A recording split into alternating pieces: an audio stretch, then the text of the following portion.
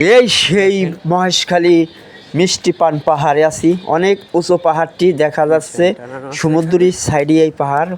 এখানে দেখতে পেলাম একটা মন্দিরই, আদিনাথ মন্দির বলে। এই যে দেখেন সেই মন্দিরটি, যারা যারা আইছেন তারা তারাই চিনবেন এই পাহাড়ে। এই পাশেই যাচ্ছি আমরা মিষ্টি পান পাহাড়ে। এখানে অনেক সুন্দর জায়গাগুলি, পাহাড় পর্বত, সাইডে সমুদ্র, পাহাড় সমুদ্র একসাথে দেখতে পারবেন আপনারা আসলে। দেখেন এই সেই মন্দিরই সাইড দিয়ে যাচ্ছি।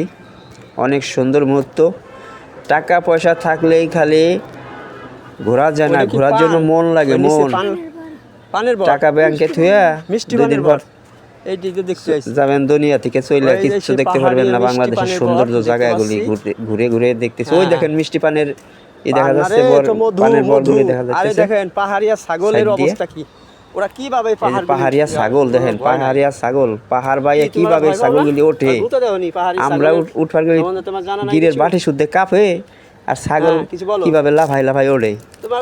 না দেখলে মিস করবেন এই ভিডিওটি, অনেক সুন্দর হবে।